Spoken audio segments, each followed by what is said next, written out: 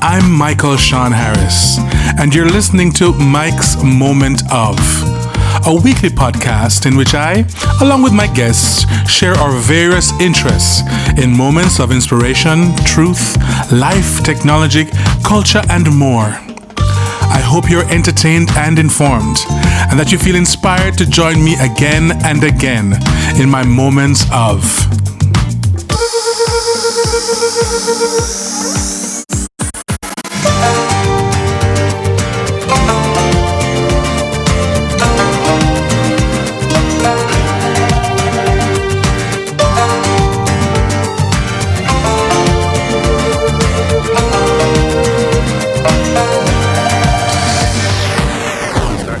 Okay, welcome to another episode of Mike's Moment of, and for this episode, I'm speaking with a very good friend of mine who I haven't seen in quite a while. A long Berklee time. Together. Yeah, a very long time. We used to sing together all the time. And his name is Marc Lacuesta, and he's presently at Interlochen. Mm-hmm. But we're going to talk about that. But Marc, how are you doing, my friend? Mike, I'm great. Everything is beautiful here in northern Michigan. There's a balmy 82 degrees today, not a cloud in the sky. It's wonderful. Excellent. Mm-hmm. Oh man, how have you been? I mean, it's been a while. I've kind of kept in touch with you on Facebook mostly now and then. Right. But right. You spent quite a bit of time in Nashville after Berklee, right? Yeah, actually, after you and I went to school together in Boston, I moved straight to Nashville and just dove in to the music industry. And then 21 years later, I took a job up here in northern Michigan as the director of their music production and engineering program. So we're building it from scratch. All the curriculum is I'm creating it. I created about half of the curriculum this last year, and I'll just still be working on it. Okay. As I go. Yeah. But so- there was a lot of things going on in between Berklee and here. 21 years in the music industry in Nashville is a lot. So how did you? Well, all right. So let's go back to Berklee. Like, what did you study at Berklee? So before I went to music school, I didn't really know what I was going to study. I just knew that. So I had gone through pre-med. I have a degree in biology. I don't know if you knew that about me. I didn't know that. That's cool. Yeah. I have a degree in biology from Kenyon College, and everyone in my family is in the medical industry. My dad's a doctor. My mom's a nurse. My older sister's a doctor. My younger sister's a doctor. So everyone assumed that I was going to be a doctor. But after I went through all that, I really didn't want to go to medical school. So I told my parents, and they said, "Why don't you take a year off to think about it?" And then after that year, I said, I want to go to music school. I want to be in the music business. And my dad, I think his actual words were like, "You should take another year to think about it." He's like, he's broken. What happened? But were you doing music before that? Like, how did you come to music after doing biology? I was just singing a little bit here and there. Like, I was in a singing group at Kenyon College. An a cappella singing group. Where's that college? Kenyon College. It's in the middle of Ohio. It's in Gambier, Ohio. Okay. And I loved it. I found that I loved music. I also was in a group called the Chamber Singers, conducted by Dr. Benjamin Locke, and he really taught me a lot about music. And it was those two experiences put together that made me want to do music, but I didn't really know what I wanted to do in music. I just decided music was my star. And I just decided to follow it. In fact, I had a good friend who told me I should just follow my star, and so that's what I did. Cool. I just went to Berklee, and I didn't know what I was going to do. That's amazing. Were you born in Ohio? No, I was born in Washington D.C., but I grew up in Ohio. Okay. Yeah. Okay. Wow. But okay. Yeah. Uh-huh. And go ahead. I ended up going to Berklee, and I didn't want to be. I knew I didn't want to be a full-time performer, but I did take a lot of vocal performance classes, but my major was music production and engineering. Okay, so MP&E. So who were the teachers there who had the biggest impact on you? You think? Oh my goodness! Well, my two all-stars were Carl Beatty and Mitch Benoff. Those two taught me so much. And also, I will say that singing wise, Donna McElroy and Larry Watson taught me a whole lot Awesome. of Yeah. things. Those two, but yeah, production and engineering wise, um, Carl Beatty is a legend. Yeah. He's worked on so many different things, from the B-52s to Kiss to Luther Vandross. So Hmm. many different things. Um, and he um, has and continues to be my mentor even now. And then Mitch Benoff really kind of taught me the creative side of things, um, how to bring creativity to a very technical field. So, yeah. Okay. Okay. Awesome. Hmm. Wow. I mean, Donna was my voice teacher as well when I was there. Oh, yeah. So We were there when she first came. that's right. That's when I mean, we started together, and I started with her. That semester I got there was her first semester as well. Yeah, yeah. And and it was amazing. It was interesting because her career arc and my career arc are somewhat similar. She had zero like official teaching experience before she jumped in. She had a Grammy Uh nomination, but she didn't have any teaching huh. Right. experience. Right. Right. So, and I was the same way when I took this job at Interlochen. I also did not have any formal teaching experience, but Hmm. um I feel that it's if your heart is in the right place for teaching and you have a lot to give to the students, then it comes naturally, I think. Yeah. And if you've had great teachers, and you have, I think somehow that you're going to translate that as well. Oh, Um, absolutely. I use lessons that I learned in Berklee every single time I teach. yeah. Me too. And not just production and engineering lessons. It could also be like when to talk, when not to talk, how to Right. diffuse a tense situation. Yeah, Berklee taught me a ton. Yeah. Life lessons, man. That's great. So Absolutely. so what was your, like, when you went to Nashville? What was your entry point? Your entry job? Okay, so when I was well, actually, right before I went to Nashville, I was planning on going to New York City. Actually, after Berkeley, I wanted to go into hip hop, R&B, that kind of music. That's a music that I really loved. Oh, okay. Um, but my mom was having like heart palpitations, and so I wanted to be close to my family. And Okay. Nashville is a 6-hour drive from my parents' house in Ohio, so I decided to work in Nashville. Um, and I asked around, and I found there's a there's a staff engineer at Soundstage Studios named Chris Davey, Mm. who was who had done a whole bunch of work in Nashville, and he was a friend of mine from Kenyon. Okay. Actually, one of my Kenyon friends was friends with him, Mm. and so I had that connection. I got an internship at Soundstage, and I had an internship at Sony Publishing. And then from those jobs, I got into night management at Quad Studios, and I worked my way up to assistant engineer, to intern coordinator, to staff engineer at Quad. Okay. And then I worked as a staff engineer for a couple years.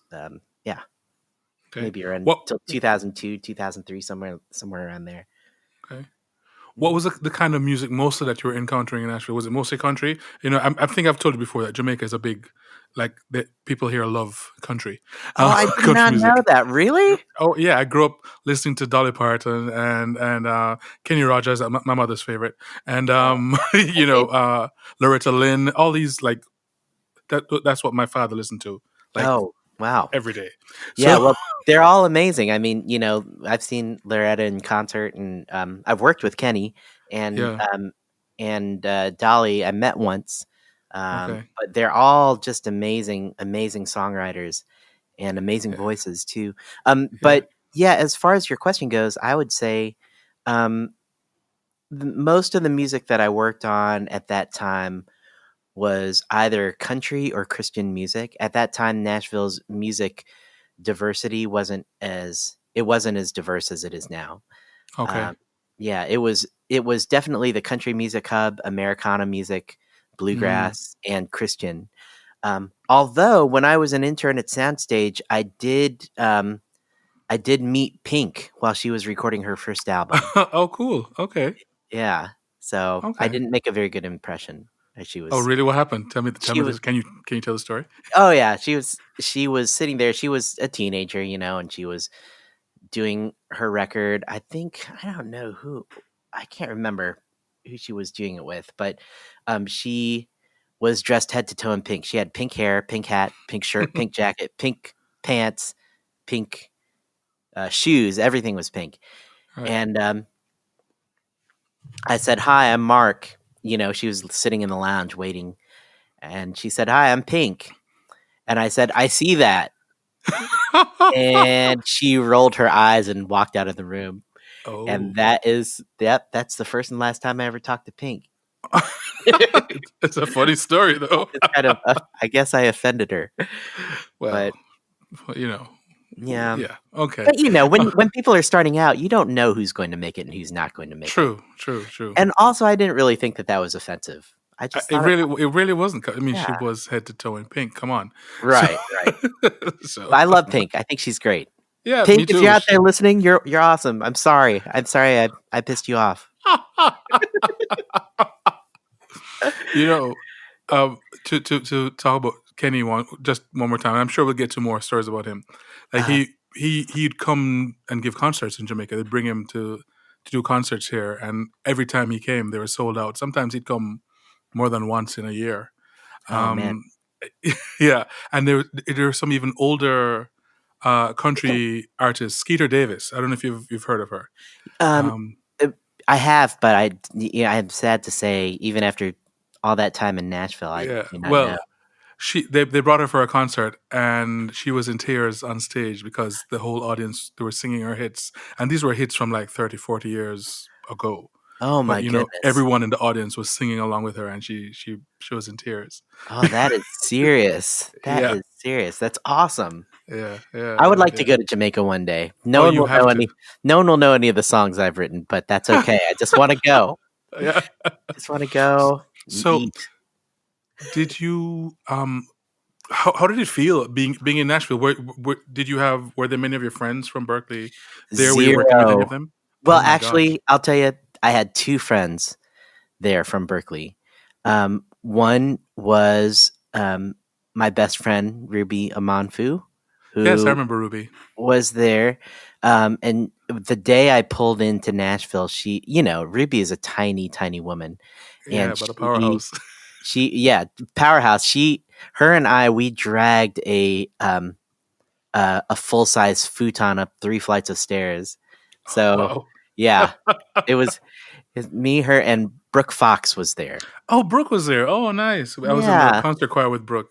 Yeah. Yeah, Brooke is wonderful too. Brooke ended up moving from Nashville because Nashville's public transportation was so bad, and Brooke is legally blind, so Right, she right. relied on public transportation in order to just get around. But Mm, the public transportation in Nashville was and continues to be awful. okay. So yeah, she ended up moving to New York and doing great in New York. Okay.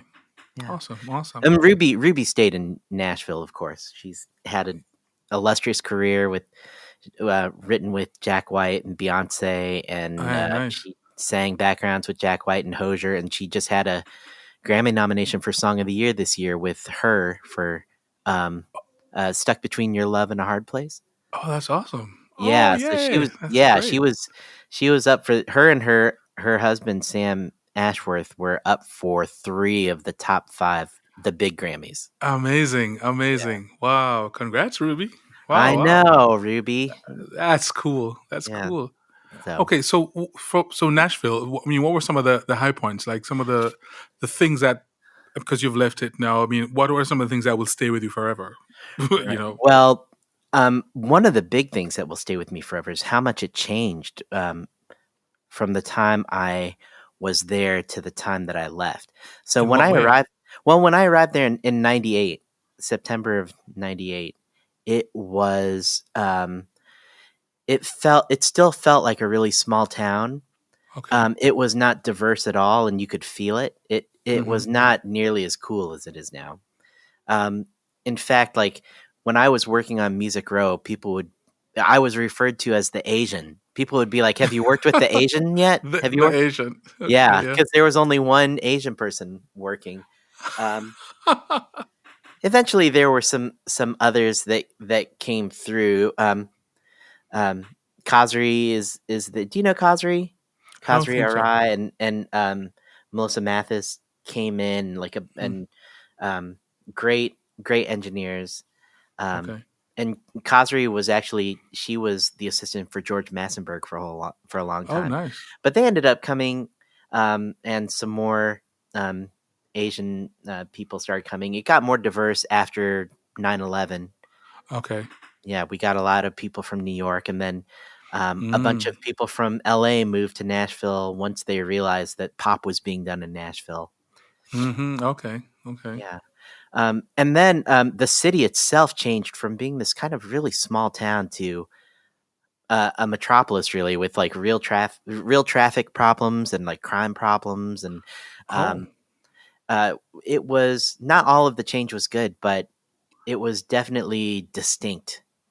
why do you Um, think it grew so quickly and in that way? there, well, one of the things was that I think that a big part of it was East Nashville was East Nashville was like full of all these musicians, right? It Okay. was not just country musicians, but rock musicians.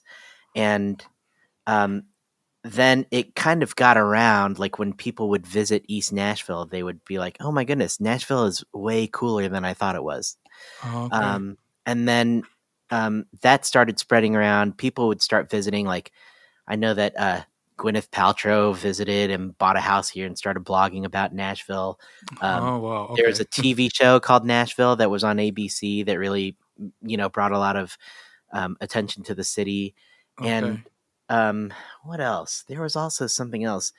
Um, there were just a lot of we got a lot of positive press out of New York. Like the New York Times ran articles saying that Nashville was a hip city, GQ, Esquire, Okay.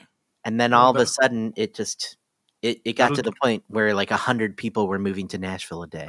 that'll do it. Yeah. Yeah. Yeah. Yeah. Yeah. Okay. Okay. Yeah. So you said you worked with you worked with Kenny. How was that? That was actually pretty early in my career. Okay. I was an assistant engineer, and he was coming in to put vocals on all of his songs for the album.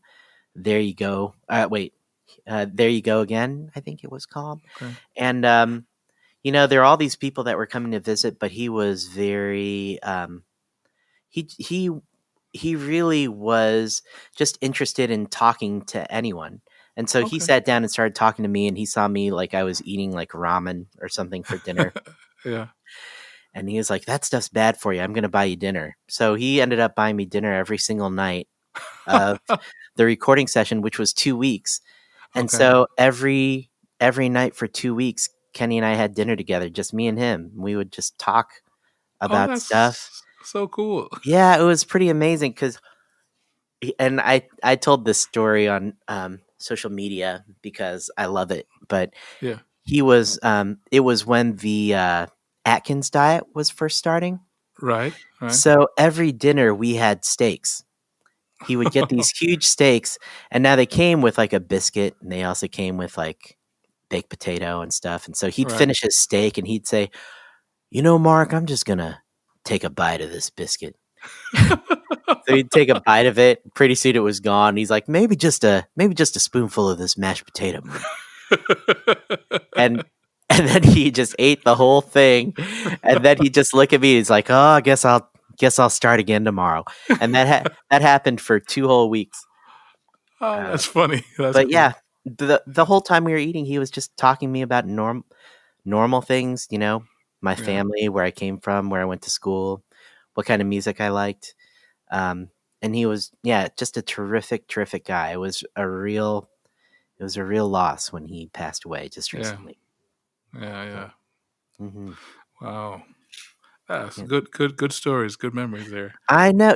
I should tell you, Mike, that going back to Carl Beatty, Right. Carl, when we were going to school at Berklee, he said, "Yeah, you'll get paid to do this job, but the best thing that comes out of being in the music industry are your stories." And he was absolutely right. He's absolutely right. It's made me, I think, a pretty interesting conversationalist. Right. Right. Um, and I've had a bunch of experiences that I know I never would have been able to have if I wasn't in music. So, Carl, you Mm-hmm. are right. Or what else about Nashville um, comes to mind as a You high know, point?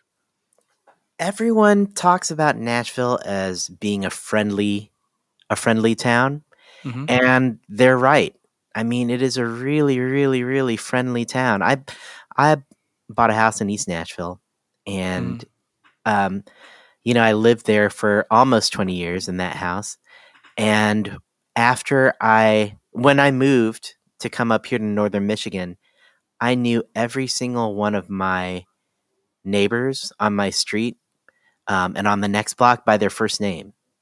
Oh, that's cool. Yeah, we knew each other really, really well. It was a close knit community, and it was definitely the kind of neighborhood where if you needed like a cup of sugar, you'd just like walk outside and knock on your neighbor's door, and they would give you a cup of sugar. It was, Oh, that's cool. That's sweet. yeah, it's a beautiful city in that sense. The friendship or the kindness that people in Nashville put on is not a joke. It's not a pretend thing. It really, really is the friendliest place I've ever lived. Oh, cool, cool. So, is that where you started your chili cook-offs? Yes. I started my chili cook-off there. That's a funny story too. I started it because I was an intern at the studio at Soundstage Studios, and I didn't have any money.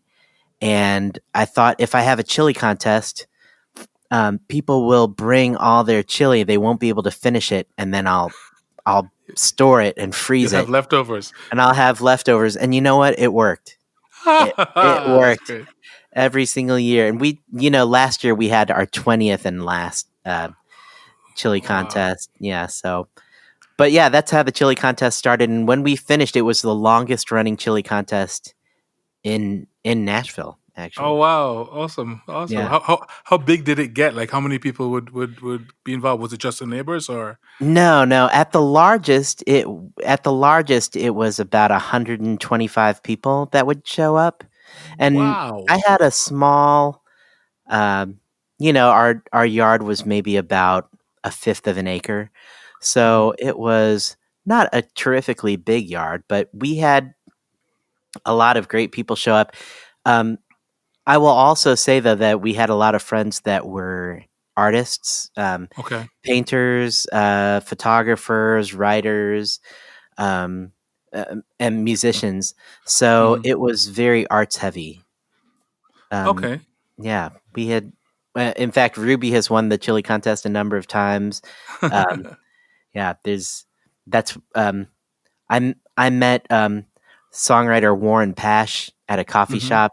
He's the guy that wrote "Private Eyes" for Hall and Oates, Oh, and I nice. and as just while I was leaving our conversation, I said, "Hey, I have this chili contest. You ought to show up." And he was a very faithful attender of our chili contest for Oh, years. okay. So Great. yeah, there's just a lot of great and super talented people that would show up to this thing, and it was always a Uh, blast. nice, nice.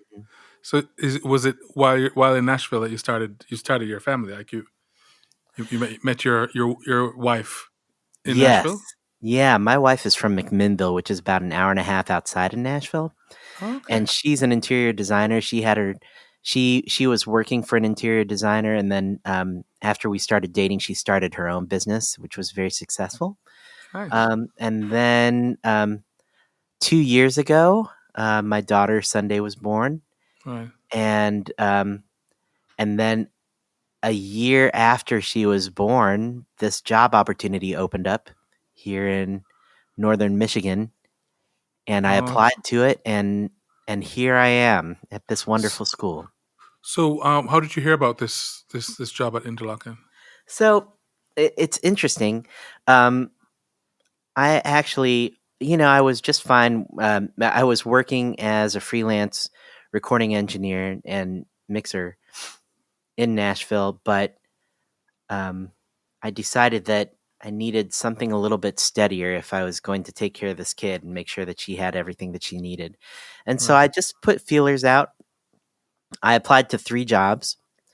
Um, the first job was a professorship at Indiana. I applied to them all at the same time. They Okay. were all engineering jobs. The first one was a professorship at Indiana University. The other one was the Interlochen job, and the third one was to be chief audio engineer at Discovery Channel Europe, which Okay. which would have meant that we would have had to move to Amsterdam. Wow. Okay. And I've always loved Amsterdam. I've enjoyed my time there, and I thought, oh, that might be a nice place to raise a kid. Hmm. Um, free healthcare and everything. Right. Um, Right. the when After a short amount of time, I heard back from Indiana, and they were like, "Oh, we're not interested." And Okay. then I heard back from Interlochen, and they said, "Hey, we'd like to interview you." And I went up for the interview. I found it online. I was searching for jobs every single night. And this was one of the first ones that came up, and I applied for it. Um, and I got the interview. And when I came up to Northern Michigan, I fell in love with the school. I fell in love with the dedication and the talent of the students. It's a Mm. high school, by the way. I don't know if for Yeah. those of you who aren't familiar with Interlochen, it is a private high school where about 15% of the world's symphony players come from. It is amazing. They either go to school here or they go to camp here. And Okay. it is a really wonderful music school, um, and And located in the woods between 2 lakes. Yeah, oh, that's the that's name.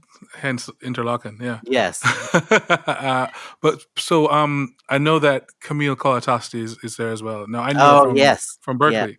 Mhm. So and then she changed jobs and went to Interlaken. Yes, she Um, is awesome. She's she's amazing. she is Yes. an amazing, amazing boss. I don't know what I would do if she wasn't here. I wouldn't. It would be. I can't picture myself having another boss. For working for yourself for 21 years, basically, I mean, I was interning, but since 2003 for about 19 years. Yeah, sorry, 17 years. 17 years, I haven't really had a boss. I've just Okay. been working for myself. And so I was a little bit worried about jumping back into this because I didn't know how I would handle having a boss. But having Hmm. Camille as a boss is awesome. Tell me how you know Camille. Well, so because I went to Berkeley Valencia to do the masters, to do a masters in music technology, Oh, yeah. innovation. So she was kind of one of the persons in charge of that, and so she was there fairly often. Mm. So I met her then, and just listening to her. I mean, she's just on top of everything. She's you ask her something, she knows what's going on, and she doesn't know, she'll find out, and after that program, I was asked to interview. Well, I was asked to apply for a job because Berkeley was doing something. They were being consultants on this project to build a school in Gabon, Uh-huh. and so they asked me to apply to be the director of that program. So I was working closely with Camille with that as well. Program didn't You work ended out. up it didn't yeah. We've all had, like, in this business, we've all had things that we really, really learn from, and they're usually horrible. Yeah. They're usually just horrible experiences. I mean, I've had my share. Yeah. I know you've had your share. Anyone who's in this business long enough will have their share of horrible experiences, but Yeah. they're, of course, balanced out by the wonderful people that you meet and the wonderful experiences you have. True. So, That's true. That's true. um, That's true. Right. So I'd mentioned to you before we started the interview that the my viola teacher, the person who taught me viola before I even went to Berkeley, yeah, he used to send students to the Interlochen Academy to the summer camp. yeah. So I mean, it's for me when I heard you were going to Interlochen, that kind of had a little made me feel like I had a connection somehow, even though I didn't go. But it's like, yeah, well, I've heard about that before. Yeah, that's awesome. Oh, So, yeah. but they never had a technology department before. No, they never did. They never did. There is a little bit of technology on campus in that the school has a public radio station, Interlochen Public Radio, and so they Okay. do have some recording there. They also have a really great crew at Interlochen Presents, and that is a group that puts on live shows for the Okay. entire community at all the venues that we have on campus. But Oh. no, before I came here, there was zero. There was not a music production and engineering program, Okay. and so I was hired to create the program. They actually built the studio, and after they built the recording studio, they thought, we have the facilities to teach this. Why Right. don't we teach it? And so, That's great. luckily, they brought me on. So here I am. So when you got there was a studio. What did you have to create? I mean, even from structure or to bring in what else did you have to fill in? Well, the room was built. The equipment needed to be revamped. It wasn't the right equipment. They had a bunch of live equipment in there, Oh, I see. but the room itself was designed by Walter Stork, the same company that redid the studios at Berklee College of Music. Okay. And they've done a bunch of professional recording studios. It's a wonderful sounding studio, but it just didn't have the right equipment in it. So we're actually in the process of refitting the studio with the right equipment. We've got an Avid S3 in there. Okay. We've got a bunch of good preamps, some Neves APIs, some Shadow Hills, some a bunch of different stuff. Compressors, outboard compressors, and I know that a lot of people teaching technology are like, why are you using old gear? Why are you getting the actual physical mechanical compressors? Why don't you just teach them the plugins? Yeah, but it's a And different sound, isn't it? I mean, it's not just a different sound. It is a different feel. Like when you're listening to a vocal and you're turning a knob and you're trying to adjust the attack setting on your compressor to match your vocalist, to right. give them just the right amount of bite. That is really hard to do on a plugin. It's Mm-hmm. so much easier when you have your fingers on the knob The and it's like tactile. Yeah. you go a little too far. It's like, oh, that doesn't sound right. And you just turn it back a little bit. It's, it's, there's an extra step in the plugin. Right. When you are doing it with the actual piece of machinery, you just grab it and turn and turn it back.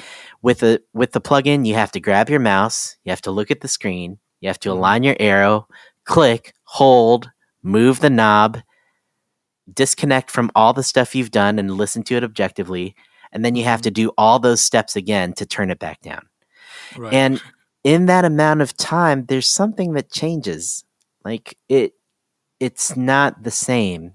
So I want the students to be able to have the same aha moments that I had when I was learning how a compressor worked. And in order for that to happen, it's got to be on a real piece of equipment. Same thing with preamps, same thing with EQs, limiters, whatever, distortion pedals. I want the kids to be able to have that experience. So. I visited Berkeley a couple of years ago, to see the new music synth, the new studios, but also the new music synth labs and stuff. So I was with the chair with I think it was Michael Birlo, and he was saying the same thing. He's like, you can get all these modular synth stuff as software now, as plugins, but it's not the same. It doesn't feel the same. It doesn't sound the same, and so you need the physical thing for you to make that touch connection, and for what you touch and what you turn, what you twist, what you push, to make a connection with your ear and with your feeling, with your everything. Yes. So what you're saying makes complete sense to me. It's also a lot easier to make a mistake when you are touching real gear. Like there's no undo in the real world, like for a lot of things. If you're recording to tape, or if you are, let's say you're just grabbing something and spinning the wheel really quick, or pressing in a button that or like trying a different setting that you normally wouldn't use for whatever you're recording. I think that it's a lot faster the process of experimentation when you've got the real gear. So, yeah. So okay, so there's a studio, but are the students now expected to have their own, like at Berklee, their own laptop and their own interface and their own software? Is that part of Yes. the package as well? Yes. Every student has a laptop, and every student is required to get a subscription to Pro Tools. That's kind of like their textbook fee, Right. as it were. But Yeah. it's not just technical stuff that we're teaching. I mean, I want them to know signal flow, and I want them to know basic acoustics. I want them to know how a microphone works and why this room sounds bad and this room sounds good, and why phase cancellation makes guitar sound weird. And I want them to know all that stuff. But I also want them to know that they're going to Interlochen, and this is a music school that's known for its artistry. And Right. so I want them to really think about things from a creative standpoint. We have programming assignments that they have to do every week about different prompts. I might give them a color and say, Okay. make a song that sounds like this color. Or I might give them real publishing prompts, or give them a film clip and say, score this 3-minute clip, and take your visual cues from take your audio cues from what you see on the screen. Okay. Take your tempo from the screen. Take what instruments you choose from the screen. Take how empty or how busy or whatever it is from whatever you see. I want them to stretch their minds creatively. To that end, they can use whatever programming DAW that they want. They can program on Logic, on Ableton, Fruity Loops, whatever, Reason. Okay. But I want them to record and do all their mixing on Pro Tools. 2 reasons for that. Number one is that programming is very personal. And and if you find something that you work well on, I want you to keep working on that. Okay. But the second thing is, everyone has to know Pro Tools, because regardless of where you go in the world, Pro Tools is a standard for recording studios worldwide. And so I want my students to be able to walk into any studio in the world and, pick up the reins of a session if they need to. Not just and not just from a creative standpoint, although I'd say that the curriculum is about 50% creative and 50% technical. Okay. Yeah. Okay. Yeah. What's the response been from the students? It has been terrific. I just got my class reviews back. Oh, and cool. It looks like I'm doing well. That everyone is, I got a couple comments saying like I use everything that you taught me in class. I don't feel like anything is useless, which is good. Because I'll tell you that there were some courses when I was learning this where I thought, I'm never going to need this ever. But that's one thing about Interlochen too, because it's a private high school. A lot of times people will just come like from their junior year on, or from their senior year on. Oh, okay. So we may not have them for a full 4 years. I tell you, if any of you are out there listening and you're thinking about coming to the Interlochen MP&E program for 4 years, you're going to know as much as me when you're going to have all the technical knowledge, maybe not all the experience, but I'll give you what I can. But people who come to Interlochen for 4 years for this music production engineering program, I tell you, they're going to come out with a huge education. I'm really proud of what we're building. That's awesome. That's great. That's great. Yeah. We also have a camp, by the way. Did I tell you that we've got the tell camp? us about the camp. Yeah, tell us about the camp. Well, actually, it normally Interlochen has had this camp since 1928, where all these kids from all around the world come to Interlochen and learn, including Jamaica. Yes, there's even a place on campus where the flags of every country that's represented at camp fly, and it's a lot. However, because of COVID, this year there is no camp, and Interlochen is offering an online kind of thing. Actually, by the time this thing airs, registration will be over, but I'll tell you about it anyway. It's just like an online camp where people can take 3-hour lessons with me, actually 2 1.5-hour lessons every day for 3 weeks with Wow. myself and with Janine Cowan, who is a professor of film scoring at Berklee, Hmm. and also with Jonathan Perkins, who's the assistant chair of the songwriting department at Berklee. Oh, cool. Cool. So it's a pretty good program, and we've got a whole lot of interest. We've got over 30 people signed up, so it's going to be a really fun What are the ages? camp. We teach intermediate and high school. So intermediate is like 7th, 8th, 9th grade, and then Okay. the high school or the advanced is like 10th, 11th, 12th grade. Gotcha. Okay. Yeah, Okay. we're going to cover Awesome. a lot. It's going to be great. It's going to be great. Nice. And it starts when? It starts on June 29th and it runs all the way through July 19th. Okay. Okay. Yeah. And we're going to be having a bunch of great people talk at this camp. We're having Maggie Rogers is talking to the students. Sharon Van Etten is talking to the students. Wynton Marsalis is talking to the students. Um, Sam Ashworth we have scheduled, the same guy who Right. who was nominated for the Grammys this Yeah. year for Song of the Year and Record of the Year. So, yeah. And this is all going to be online. Everything's online. We're doing Okay. everything via Zoom and Canvas. I don't know if you're familiar with Canvas. Do you I've use heard of it. Canvas? Yeah, Yeah, I've heard of it. yeah. But Oh, it's gonna be terrific. It's gonna be terrific. okay. I'm really looking forward to it. How have they been managing with teaching instrumental classes online? What do they use? Well, I'd say that it varies. Most everyone uses Zoom just for the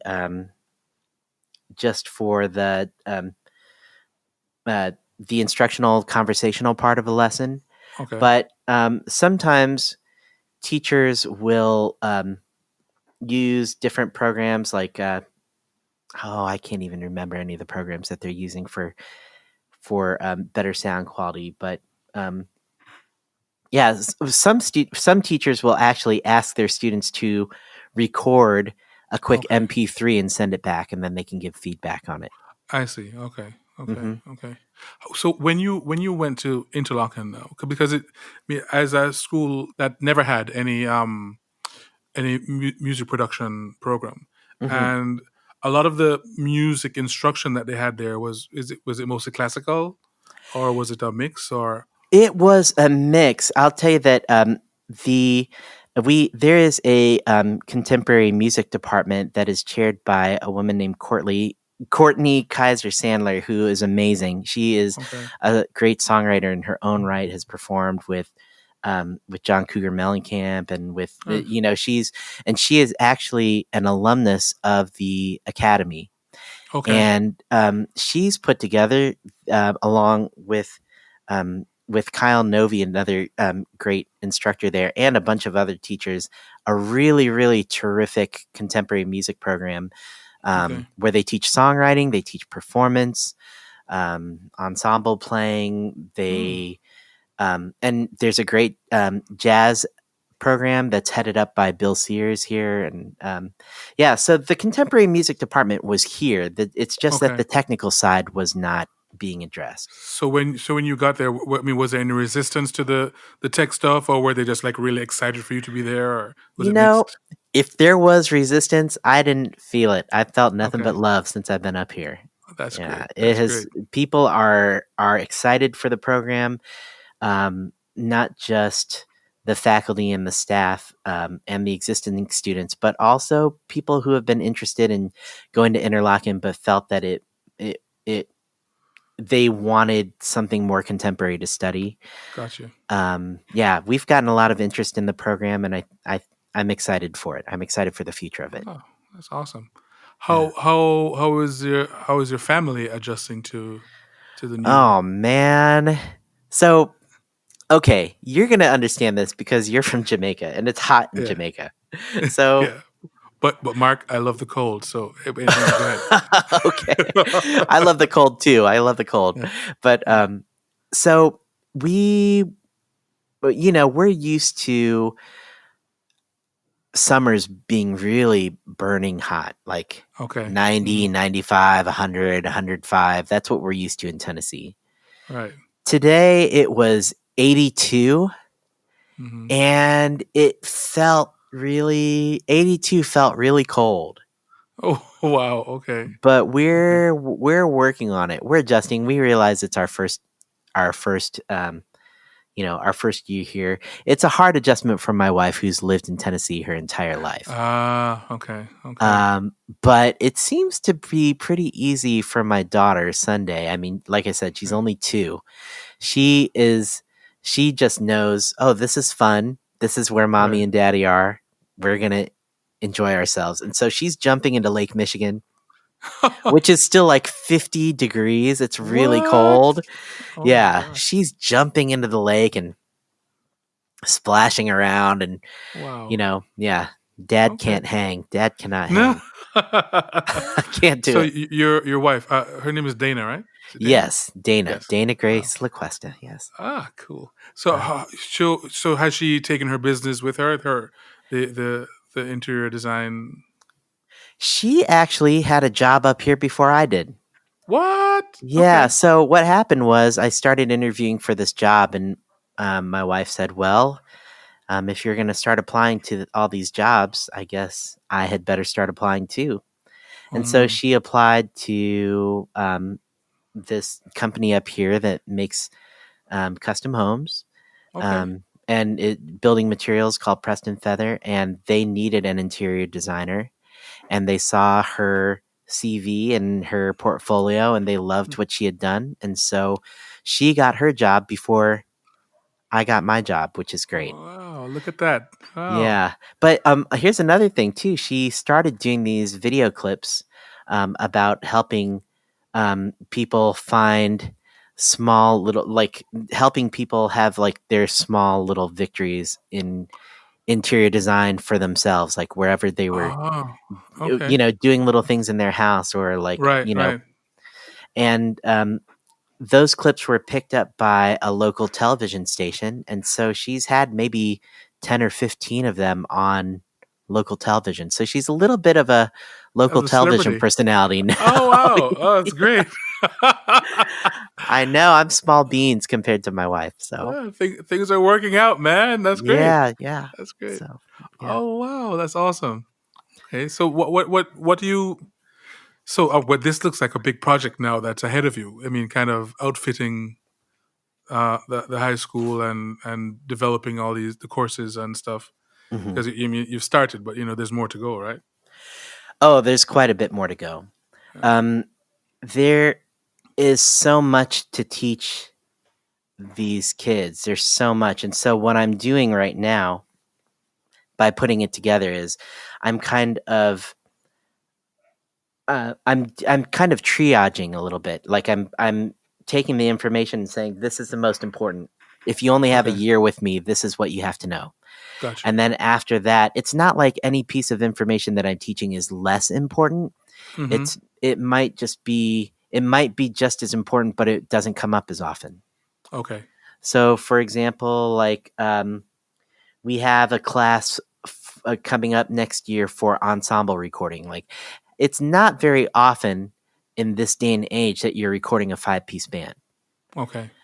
Usually, someone will make a track and then people will add to it, or even Right. one person will make the whole track and the other person will write a top line, right? Right. Right.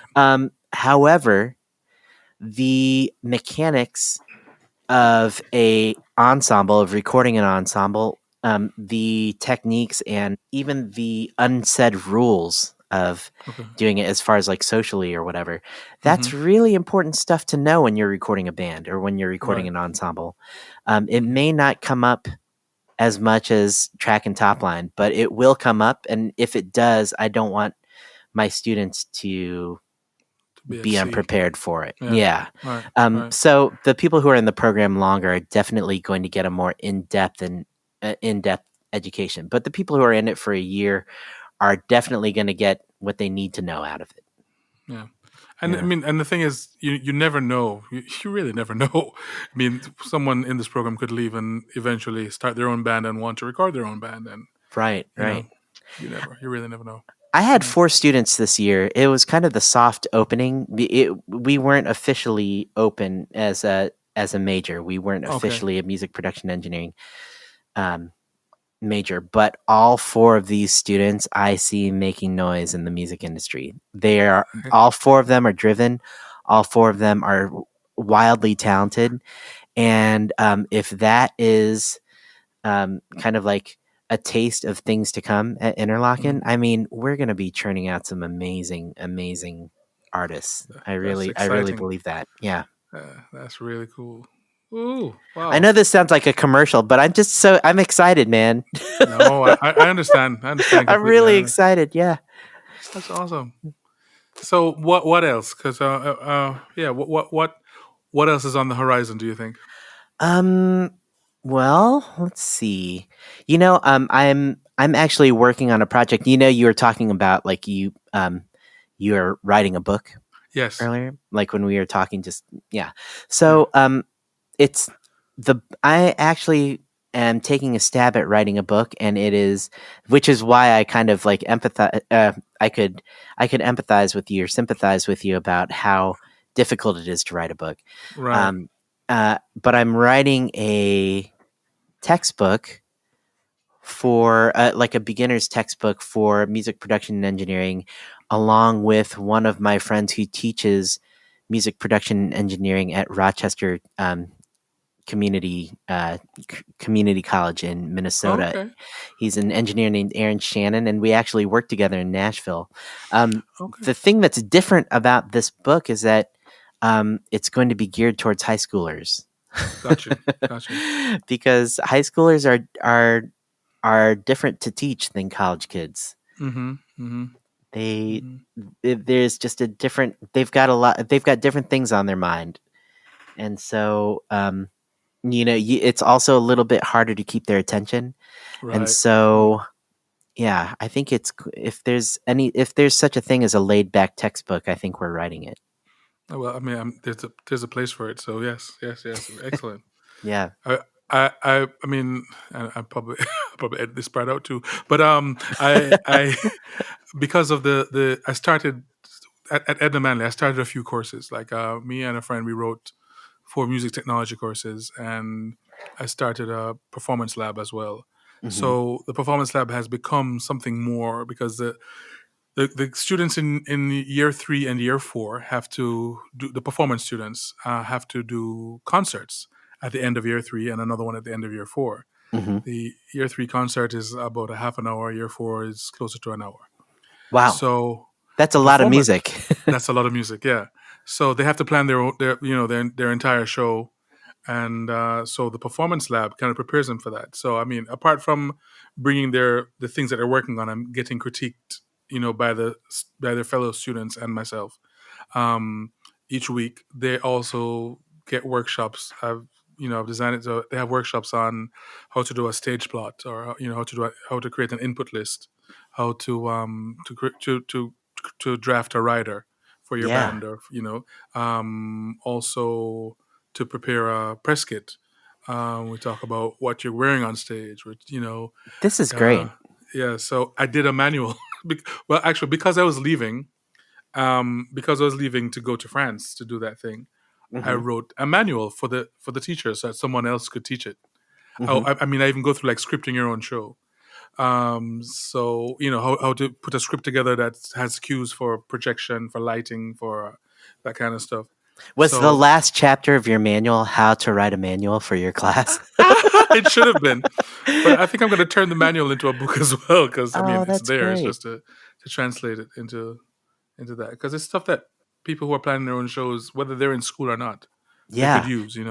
All this stuff that you talked about reminds me of that class, like the classes, like in our economics class in high school. We learned like we had a fake checkbook. We had to balance a Yeah. checkbook. It seemed like such a mundane task, Hmm. but I'm so glad I had that class because even though it was just basics, it was basics that I didn't know. That Hmm. sounds like everything that you had in that manual, everything that you taught in that class. Yeah. How to construct a rider? Come on, like Right. these kids are. That's awesome that you're Yeah. teaching them how to do that. Yeah. Yeah. Yeah. Yeah. Yeah. So So. this is in this sense, what you're working on and what I'm working on are very similar in that I want everyone to be versed in a lot of different things. That's So right. there's the days of people just being engineers, just being Mm-hmm. producers, just being songwriters, just being programmers. Those days are dying. Yep. And Yep. i- if you are a producer, you better know how to write a song. You better have something to give to the song, or you better be able to make a basic track and have someone else help you with the programming, or you should Exactly. be able to cut a vocal. Yeah. Yeah. Everything's all mixed together now, and That's right. I think that's another part of what I'm trying to get across at Interlochen is that you need to know a whole lot of things before you can, make a go of it in the music industry. Right. And even if you don't know, you need to kind of know how to teach yourself stuff or know how you're going to get that knowledge, because there's ways, but the principles, you need to at least kind of be aware of what the principles are for the Hmm. thing that you so you can teach yourself. And Right. it's similar with the music tech classes that I wrote. It's for them to, and always the singers are afraid to touch an instrument. And I was like, you can't be afraid of an instrument. This is like an entry. This is your data entry is this keyboard, so you can get the stuff Right. into the computer. Um, Absolutely. don't be afraid. Just make mistakes. That's how you're going to learn. And so again, the resistance. But and I try to say, okay, this song that you're creating, you can put it in your show, and you can then use some technology in your performance, and you can do some live looping, that kind of stuff. Hmm. So, but it's just for them to kind of buy into the bigger vision of what they could be. Right. And sometimes it takes a while. I saw some of the live looping stuff that you were doing at Valencia. Yes. It was intense, dude. It was great. It was really, Ah, really thank great. you. Yeah. Thank you. Are you performing at all out there? I am. I haven't been. I'm thinking of doing a Zoom concert on Oh yeah. Facebook or something. So once I'm done my grading, which I've kind of finished on Tuesday, but I'm in charge of the performance division, so I still have some other people to follow Hmm. up with. But Yeah. yeah, once I'm done with that, I might do a 1 hour kind of a live concert, Oh yeah, that'd just be great. from my house, Well, from my home. we will tune in. Awesome, awesome, good. Yeah, depending on what Yeah, time it is, but I'm pretty sure yeah. that we'll be able to make it. Yeah. Excellent, excellent. Yeah. Mark, oh my God, I think we need to wrap it up. But I'm so glad you did this. Yeah, so glad you stayed up Oh man, and spoke with me. It was great Mike. catching up with you. Yeah. Oh, it's great catching up with you too. I hope you got something. I hope you got Oh something yeah, usable. yeah, I yeah, don't even know. Like for sure. this just really felt like um, just catching up. We're Except hanging out, like, right. yeah. Except Well, I mean, I started doing this podcast. I mean, for a few reasons. I wanted to share some stories that people wouldn't normally hear. Stories of people who are doing either technology I mean, a lot of it's music, but it's arts generally. Because I've spoken to dancers, I've spoken to theater practitioners, Mhm. and some of it's inspirational as well. But I just wanted to share people's stories because I think everybody's story is important somehow, and there's stuff to learn from everybody's experience. Mhm. So that's on one hand. On the other hand, I'm doing a lot of stuff with, as I said before, a lot of Jamaican, I guess veteran Jamaican performers, reggae performers and stuff, Yeah. trying to get their story because there's a lot of misinformation out there. Yeah, and So it's probably great information for your online course as well. definitely, it will be, but it will be a great resource just for anyone, to be able to listen to. Okay, let me listen to this podcast, and you get some historical information and from the quote unquote horse's mouth. Right. So but yeah, so this was awesome, and I really do appreciate it. Thank you. Well, Michael, thank you again for asking me to do this. It's always a pleasure just talking to you and hanging out. And I love the podcast. I've really enjoyed the ones that I've listened to. So Thank you, man. yeah, I think you're onto something. Awesome. Well, we'll talk some more soon enough. Awesome. Good. Okay. Awesome. Cool. Thanks again, Mark. Yeah. Talk to you soon, Mike. All right, bro. Bye.